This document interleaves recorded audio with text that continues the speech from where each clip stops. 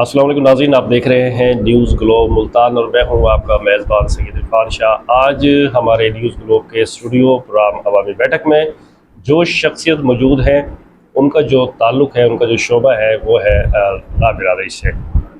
वकला एक ऐसा शोबा और तबका है जो मुल्क में आइन और कानून की पासदारी के लिए जदोजहद करता है, वहाँ इंसाफ की फराहमी में भी अपना किरदार अदा करता है। आज हम जिस शख्सियत से बात करेंगे वो साबिक general secretary district bar association Multan, Multan की बड़ी अंसारी बिरादरी से ताल्लुक़ रखते हैं। आपके वालिद मियाँ बशीर अहमद अंसारी भी शोबा वकालत से ताल्लुक़ रखते हैं और मुल्तान के सियासी समाजी हलकों में एक मकाम रखते हैं। अफजल बशीर अंसारी एडवोकेट इलेक्शन लड़ने का तजर्बा अपने वालिद मियाँ बशीर अहमद अंसारी के इंतखाबात को मुनज़्ज़म करके हासिल कर चुके हैं और डिस्ट्रिक्ट बार एसोसिएशन मुल्तान में सदारत के लिए 2026 और 2027 के लिए उम्मीदवार हैं। आज हमारे मेहमान हैं मियाँ अफजल बशीर अंसारी, जिन्हें मुल्तान वकला बिरादरी के सबसे बड़े और मजबूत ग्रुप मिर्ज़ा अजीज़ अकबर बेग, साबिक vice chairman Pakistan bar council ने अपने ग्रुप की तरफ से सदारती उम्मीदवार नामजद कर दिया है और मिर्ज़ा अजीज़ अकबर बेग ग्रुप के नामजदगी कामयाबी की ज़मानत जानी जाती है। इससे कबल हाई कोर्ट बार की तमाम सीटों पर मिर्ज़ा अजीज़ अकबर बेग ग्रुप कामयाब हुआ और डिस्ट्रिक्ट बार में भी उनके हामी लोग कामयाब हुए हैं।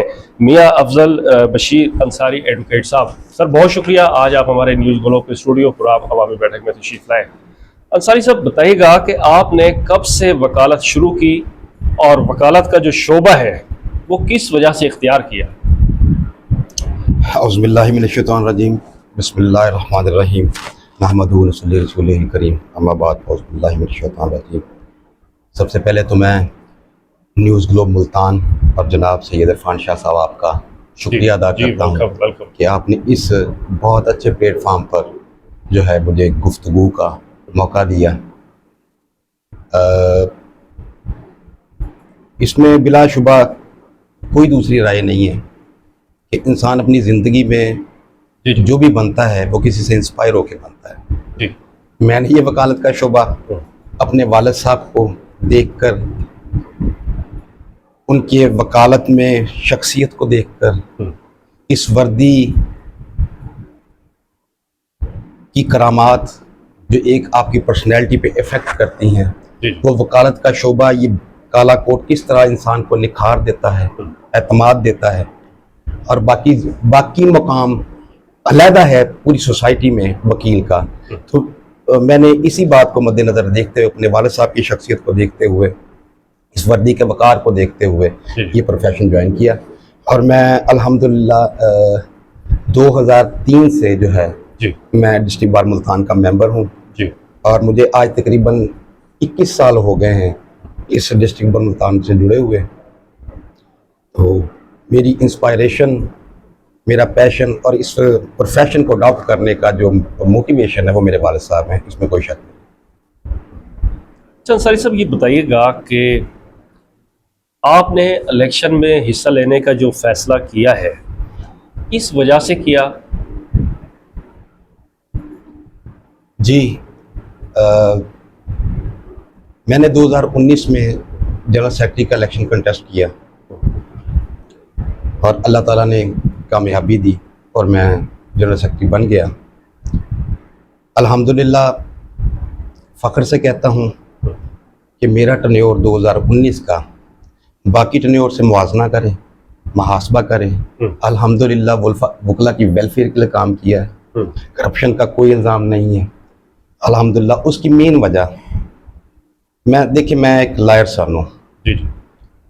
मैं नहीं समझता कि मेरे वालिद 40-50 साल से इस डिस्ट्रिक्ट बार मुल्तान का हिस्सा हैं, तो अगर मैं इलेक्ट हुआ तो मैं ऐसा काम करूं कि उनका नाम और वकार ऊंचा हो, ना कि मैं करप्शन करके मैं आज यहाँ बैठा लूट मार के पैसों से याशी करूं और डिस्ट्रिक्ट कोर्ट मुल्तान में या हाई कोर्ट में मेरी करप्शन की वजह से मेरे वालिद साहब को शर्मिंदगी का सामना करना पड़े। तो ये मेरे लिए इंतहाई शर्मनाक बात है, जिसकी वजह से अल्हम्दुलिल्लाह 2019 खौफ खुदा और खौफ वालिद की शायद इसको समझ ले कि वकला की बहबूद के लिए काम किया। हाँ, बहुत कम इस बात का इजहार किया है।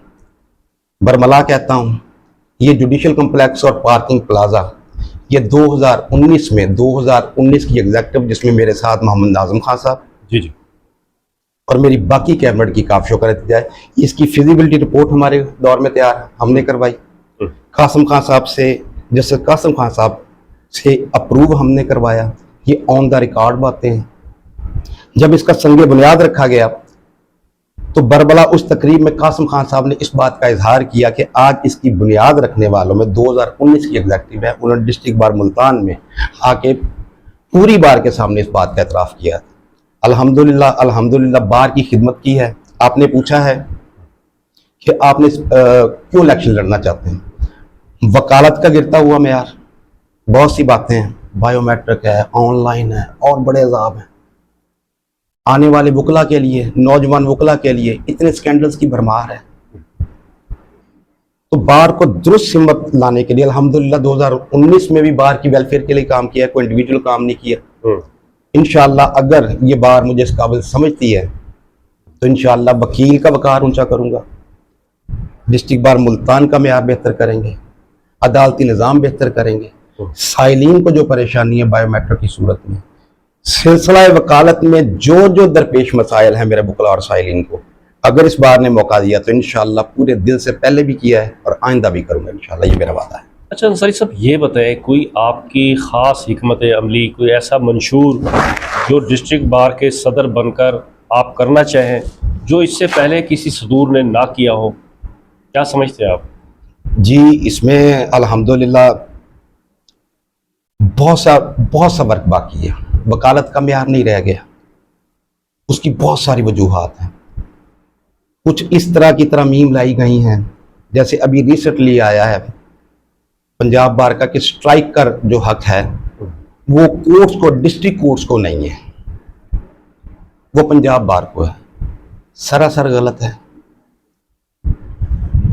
डिस्ट्रिक्ट बार में सदर और सेक्रेटरी का ओहदा बनाया ही इसीलिए गया है कि डिस्ट्रिक्ट कोर्ट के किसी वकील को वकालत में, उसकी ज़ाती ज़िंदगी में, उसके मामलात में कोई इशू क्रिएट होता है तो उसको रिजॉल्व करने के लिए जो है डिस्ट्रिक्ट बार मुल्तान ही एक्शन ले सकती है, या डिस्ट्रिक्ट बार कोई भी होगी वो एक्शन ले सकती है। लाहौर में बैठे हमारे बड़े हैं, हमारे मेंबर पंजाब बार में, किसी को उनको इल्म नहीं है। यहां से स्ट्राइक उसके हकूक के लिए होगी तो पंजाब बार तक जाएगी। अगर स्ट्राइक का हक भी सदर और सेक्रेटरी को नहीं दिया जाता या डिस्ट्रिक्ट बार को नहीं दिया जाता तो फिर ये ओहदे फारिग करें। सदर और सेक्रेटरी और कैबिनेट ये वकला के मसाइल के हक के लिए, हल के लिए है। वो तो किसी भी हद तक जा सकते हैं।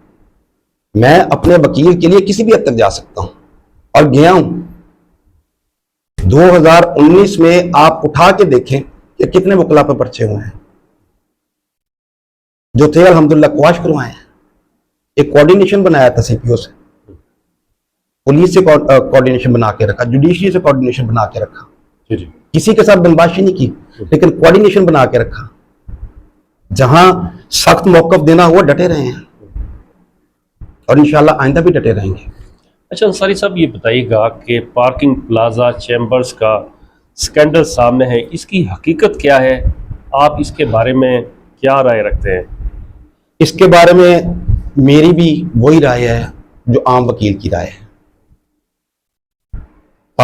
वो किसी भी सूरत में लिए हैं, पार्किंग प्लाजा में लिए हैं। देखिए, नौजवान वकील को मैं जानता हूं, जाती तौर पे नौजवान वकील को यहां से 1500 निकालना मुश्किल है।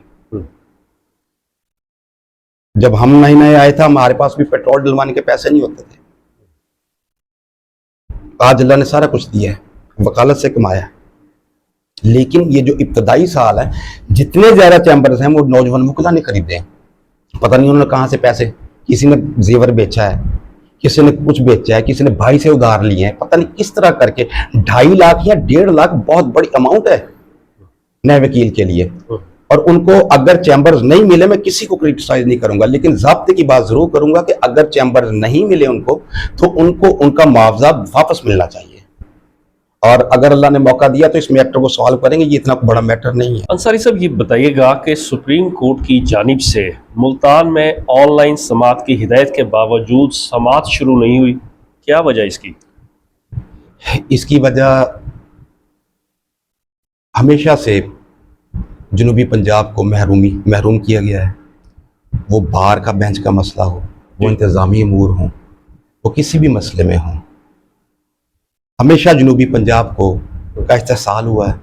उसकी कुछ वजह तो जो इंतज़ामिया है सो है, उसमें ज़्यादातर नेगलिजेंसी हमारी लीडरशिप की है, हमारे ऑफिस होल्डर्स की है, जो इलेक्ट होके आते हैं, बाहर के लिए करते तो हैं लेकिन जहाँ तक कर सकते हैं वहाँ तक नहीं जाते। ये ऑनलाइन साइलिन का मसला है। साइलिन के मसाइल हल नहीं होंगे, वो वकील के पास नहीं आएंगे।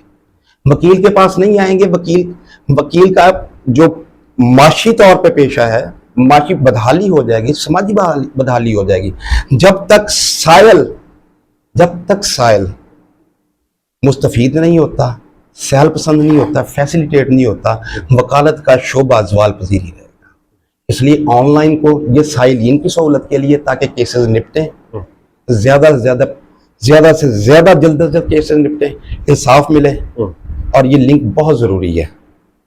तो अंसारी साहब बताइएगा कि बायोमेट्रिक सिस्टम वकला बिरादरी ने कबूल नहीं किया, इसके खिलाफ एहतजाज भी हो रहा है, क्या राय रखते हैं आप इस पर? इसमें मेरी वही राय है जो तमाम वकला बरादरी की राय है। ये आप यकीन करेंगे कि वकालत जैम होकर रह गई है, साइलिन रुलते हैं। बायोमेट्रिक का अगर ये तरीकाकार है तो फिर ये नादरा और आईडी कार्ड जो है ये किस चीज़ के लिए है? वेरिफिकेशन पर्सन की है। जब एक पाकिस्तान का इदारा वेरीफाई कर चुका है कि इसका आईडी कार्ड है, तो बायोमेट्रिक की क्या जरूरत है?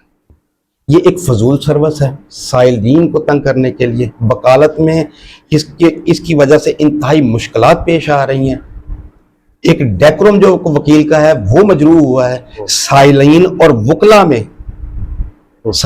वकला में फासला इसलिए बढ़ता जा रहा है कि वकील साइल को उस तरह फैसिलिटेट नहीं कर पा रहा जिस तरह गुज़िश्ता दौर में होता आ रहा है।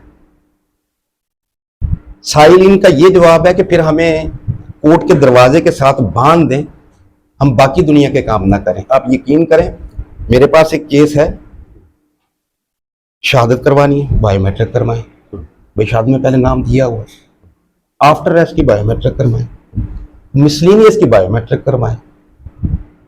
मेरा एक साइल है, प्रोफेसर है, वो कहता है सर जी फिर ऐसा करें, मुझे अदालत के दरवाजे पे बांध दें, मैं बाकी दुनिया के काम ना करूं।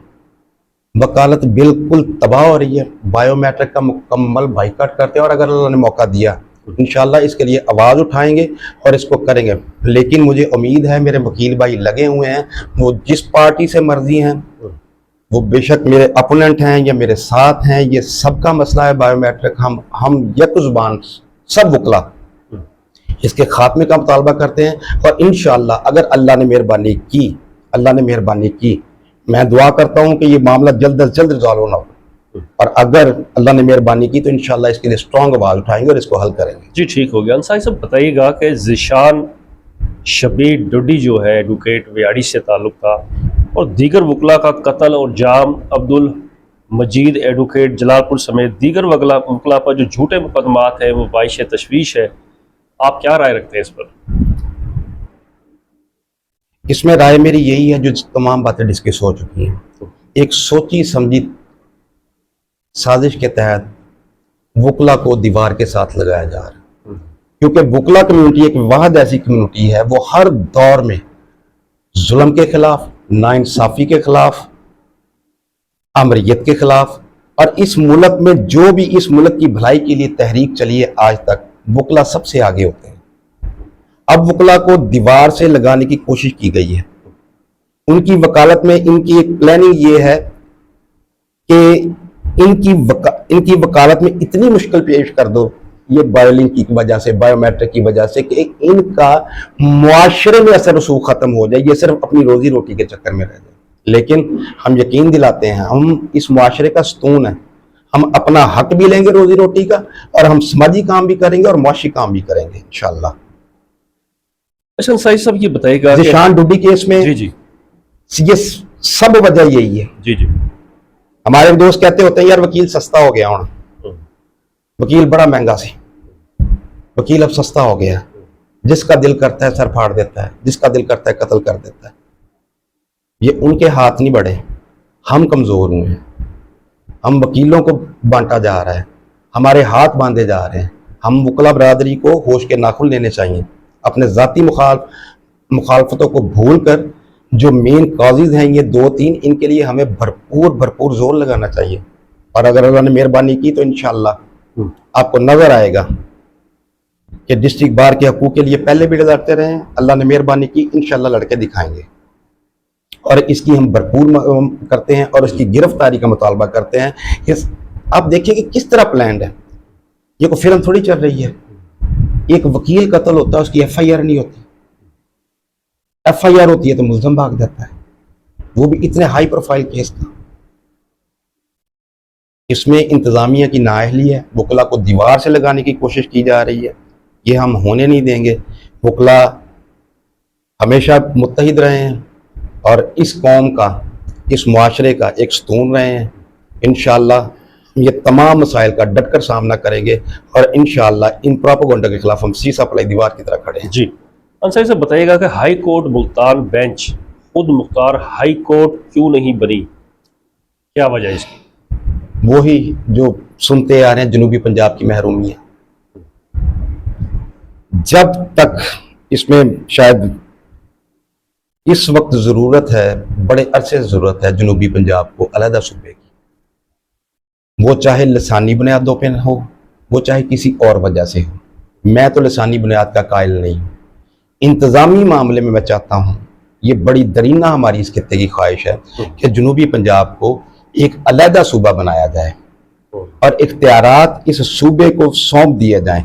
जब तक तख्त लाहौर से हमारी मुताजगी ख़त्म नहीं होती, हमारे यही हालात रहेंगे। इसलिए जनूबी पंजाब सूबे का क़याम, मैं किसी लसानी बुनियाद पर नहीं कह रहा, मैं किसी फ़िरका बारी पर नहीं कह रहा, मैं इंतज़ामी अमूर से कह रहा हूँ कि इस खित्ते को एक अलहदा सूबा बन जाना चाहिए। ये बनेगा, हाई कोर्ट इंडिपेंडेंट होगी, अलग सूबा बनेगा, यहाँ के मामलात यहाँ बैठ के होंगे, अलग सूबा बनेगा, जनूबी पंजाब के लोग खुद बैठ के अपने मुस्तकबिल का फैसला करेंगे, उनको इधर ऊपर नहीं जाना पड़ेगा। अंसारी साहब आप क्या समझते हैं कि जनूबी सूबा बनने में क्या रुकावट है?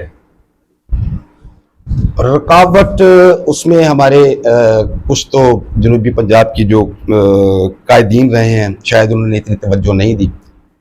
दूसरा, इख्तियार किसी के हाथ में सौंपना बड़े दिल जिगरे का काम है कि मैं इख्तियार किसी और को भी अपनी पावर दे दूं, ये बड़े दिल जिगरे का काम है, ये बड़े ज़र्फ वाले लोग करते हैं। शायद वो नहीं चाहते कि ये जनूबी पंजाब को इतना इख्तियार दे दिया जाए कि ये अपने फैसले खुद करे। इसके क़याम के लिए हमें मुनज़्ज़म होना पड़ेगा, अपने हकूक़ के लिए आवाज़ उठानी पड़ेगी। वो अलग सूबे की सूरत में होगी, ये इंतहाई नागुज़ीर है। जब ये अलग सूबा हो जाएगा, हम खुद फैसले करेंगे, जनूबी पंजाब के लोग खुद फैसले करेंगे, ये मामला खुद ब खुद ठीक हो जाएंगे। तो आप क्या समझते हैं कि वकला बिरादरी सूबा बनाने के लिए मुतहर्रिक है? वकला बरादरी सिर्फ सूबा के लिए नहीं, वकला बरादरी हमेशा इस मुल्क को, कौम की जो भी तहरीक चली है, वो किसी आमर के ख़िलाफ़ है, वो किसी तरमीम के ख़िलाफ़ है, वो वकला हकूक़ के ख़िलाफ़ है, वो किसी भी सूरत में है, वकला हमेशा शाना बेशाना है, वकला हमेशा आगे हैं। सिर्फ वकला सिर्फ एक किसी शक्ल, इस मुल्क को, कौम और मुआशरे की फलाह और बहबूद और हकूक़ के लिए जो भी तहरीक चली है, वकला सबसे आगे रहे और इंशाअल्लाह रहेंगे। अंसारी साहब ये बताइएगा कि मार्का हक बुनियान मरसूस को 1 साल हो गया और भारत को जो इबरतनाक शिकस्त दी गई, इसके बारे में आपकी क्या राय है? देखें जी, पाक फ़ौज हमारे सरों का ताज है, हमारे माथे का झूमर है। हमें इनकी पेशा वराना सलाहियतों पे, इनके जज्बे पे, जिस तरह बनियान मरसूस में इन्होंने दुश्मन को मुंह तोड़ जवाब दिया है, हमें आज से नहीं, शुरू से अपनी पाक फ़ौज पे फ़ख्र है और इंशाअल्लाह फ़ख्र रहेगा। बनियान मरसूस में एक नया इमेज पाक फ़ौज का बन के आया है। पूरी कौम अपनी पाक फ़ौज के पीछे सीसा पलाई दीवार बन के खड़ी है, वो हमारे आगे खड़े हैं। ये मुल्क महफूज हाथों में है, इसकी सरहदें महफूज हाथों में, इसमें सारा क्रेडिट जो है पाक आर्मी को जाता है। बनियानुल मरसूस तो एक मार्का है, पाकिस्तान को बने इतने साल हो गए हैं, तो इनकी सरहदों की हिफाजत हमारे जवान बखूबी कर रहे हैं। हमें इन पे फ़ख्र है, हमें इन पे फ़ख्र है। और ख़ास तौर पे सिपा सालार जो सैयद आसिम मुनीर साहब हैं, इनकी पेशा वराना सलाहियतों, इनकी अपने अफवाज में जो इन्होंने एक नई रूह सौंपी है जी और एक नई जिहत पे लेके आए हैं पाक फ़ौज को। लेकिन मैं इसके साथ साथ एक और उम्मीद करता हूँ कि सैयद आसिम मुनीर साहब इस मुल्क में फ़ौजी सरहदों की मजबूती के अलावा, मैं उम्मीद करता हूँ, मैं मुंतज़िर हूँ उनके अच्छे इक़दाम का, जो इस मुआशरे में बढ़ती हुई महंगाई, लाकानूनियत, उसकी तरफ भी के लिए भी ऐसे इक़दाम करेंगे। हम मुंतज़िर हैं कि आपने जिस तरह पाकिस्तान की सरहदों को और इस पाकिस्तान की इस कौम की हिफाजत की है, तो थोड़ा अच्छे इक़दाम, क्या पूरी कौम मुंतज़िर है कि आपसे ये उम्मीद रखती है कि ये महंगाई के तूफ़ान को और बिलखसूस इस मुल्क में जमहूरियत की बहाली के लिए भी हम आपके मुस्बत इक़दामात के मुंतज़िर हैं। पाक फ़ौज हमारा फ़ख्र है, हमें पाकिस्तान जिंदाबाद, पाक फ़ौज पाइंदाबाद। अंसारी साहब, कोई वकला बिरादरी के लिए कोई एक पैगाम आप देना चाहें आखिरी में? जी, वकला बिरादरी के लिए मेरा यही प्रोग्राम है, पैगाम है जी। मेरी वकला बिरादरी से गुजारिश ये है, मुझे 22 साल हो गए हैं इस कचहरी में वकालत करते हुए। 2019 में मैं सेक्रेटरी का इलेक्शन लड़ा, इस बार ने मुझे इज़्ज़त दी, मुझे जनरल सेक्रेटरी बनाया और अल्हम्दुलिल्लाह अल्हम्दुलिल्लाह हमारा दौर एक अच्छा दौर गर्दाना जाता है, जिस पे हमें फ़ख्र है। मेरी तमाम वकला बिरादरी से गुजारिश है कि मैं उम्मीदवार हूँ सदारत का 2027 के लिए। मेरी ये खुशनसीबी है कि कचहरी के एक बहुत बड़े अलाइंस, मिर्ज़ा अज़ीज़ अकबर बेग साहब के अलाइंस ने, इसमें चौधरी ताहिर महमूद साहब और बाकी सारे दोस्त, चौधरी फरयाद साहब, सारे दोस्त शामिल हैं, उन्होंने मुझे कैंडिडेट पुट किया है। इंशाअल्लाह अगर इस बार ने मुझे इस काबिल समझा और इज़्ज़त से नवाजा, तो इंशाअल्लाह वकला की बहबूद का सिलसिला वहीं से जोड़ूँगा जो मैंने 2020 में जहाँ छोड़ा था। इंशाअल्लाह मेरी आप सब वकला बरादरी से, अपने मज़हब साज़ा कराम से, अपनी मोहतरम लेडी लॉयर से, नौजवानों से, हम असर और मज़हब अरकान बार से गुजारिश है कि मुवाजना करें, मुहासबा करें, फिर सोचिएगा और वोट दीजिएगा। मैं अल्हम्दुलिल्लाह 2019 में भी इस बार की खिदमत की है। अगर आप मौका देंगे तो इंशाअल्लाह मैं चाइना कटिंग या किसी और पार्किंग प्लाजों में नहीं घुसूँगा। मैंने पहले भी वकला बहबूद का काम किया है और इंशाअल्लाह अगर ये बार मुझे इस काबिल समझती है तो फिर इंशाअल्लाह वकला बहबूद का इज्तिमाई जो है मुफाद होगा, उसी को दिखाऊँगा। जी, बहुत शुक्रिया। हमारे साथ नाज़रीन आज जो शख्सियत मौजूद थी, मियाँ अफजल बशीर एडवोकेट हमारे साथ मौजूद थे, जो कि डिस्ट्रिक्ट बार एसोसिएशन मुल्तान के सदारती उम्मीदवार 2027 के हैं। बहुत शुक्रिया अंसारी साहब, आज हमारे आप न्यूज़ ग्लोब के स्टूडियो पर बहुत शुक्रिया। नाज़रीन इंशाअल्लाह किसी नई शख्सियत के साथ नए टॉपिक पर दोबारा मुलाकात होगी। जब तक के लिए अपने मेज़बान सैयद इरफान शाह को इजाज़त दीजिए। अल्लाह हाफ़िज़।